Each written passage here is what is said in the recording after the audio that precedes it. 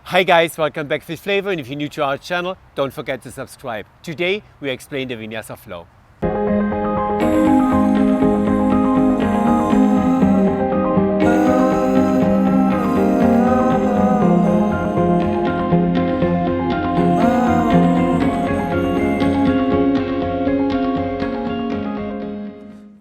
One of the most common phrases in yoga is probably flow through your vinyasa or go through your flow. But reality is most people don't actually know what that means. So today we're going to break down the vinyasa flow and give you several different options so you know exactly what to do next time you hear take a vinyasa. The Vinyasa Flow is a specific sequence of 4 poses: plank, chaturanga, up dog and down dog, and connect with the breath work. The Vinyasa Flow is part of Sun Salutations, and we often use it as a transition between the right and left side of a sequence, or as a transition from standing to seated poses. There are a lot of reasons why we use the Vinyasa Flow. Like Yoshi just said, it's a great transition from the right to the left side of a sequence, and with that it clears the slate and brings the body back into equilibrium.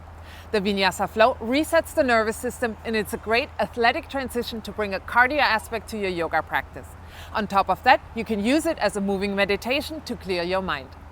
Let's start with the traditional version of the Vinyasa Flow. So come into your plank pose with your hands shoulder width apart and your feet hip width apart. Engage the abdominals.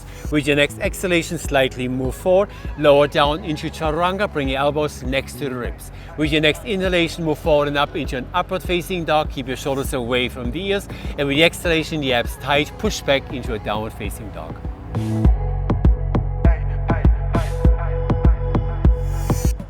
Our next version is perfect as a warm-up and great for beginners. Again, we start in plank pose with the shoulders directly over your wrists, the feet hip-width distance apart, and the body in one straight line. On the exhale, lower the knees, the chest, and the chin to the mat. The butt stays up high. On the inhale, slide through, lift the chest, shoulders away from the ears for baby cobra. And on the exhale, tuck the toes, pull the belly button in and up, and push back into downward facing dog. When you mastered knees, chest, chin, now it's the time to lower your whole body to the floor. So come back into your plank pose with your hands shoulder width apart and your feet hip width apart, and with your next exhalation, lower your whole body down to the mat. From here, with an inhalation, come into your baby cobra, keep the shoulders away from the ears and your abs tight. And with the exhalation, push back into a downward facing dog.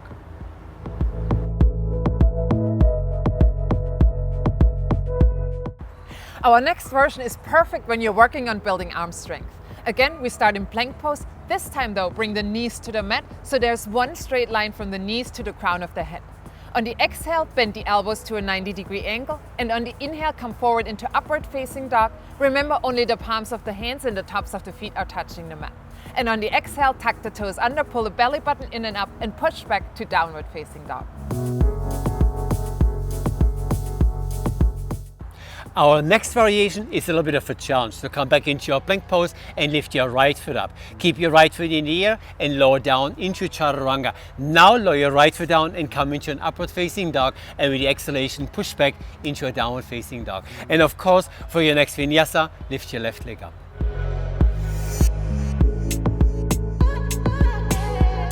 If you want to challenge yourself even more, in this variation, we're adding a second Chaturanga. So come back to plank, and remember, plank pose is always on an inhale. On the exhale, shift the weight slightly forward and lower down into Chaturanga. Inhale, come forward into upward facing dog, open up in the chest, and exhale, come back to Chaturanga. On the inhale, lift up, come to plank, and on the exhale, push back, downward facing dog. If you like a vinyasa with a little bit of a twist, try our Fit Flavor Flow. So come back into your plank pose. From here we go for 1 push-up, 1 chaturanga, 1 upward facing dog, 2 down dogs with alternating toe touches and planks in between, and we will finish in downward facing dog.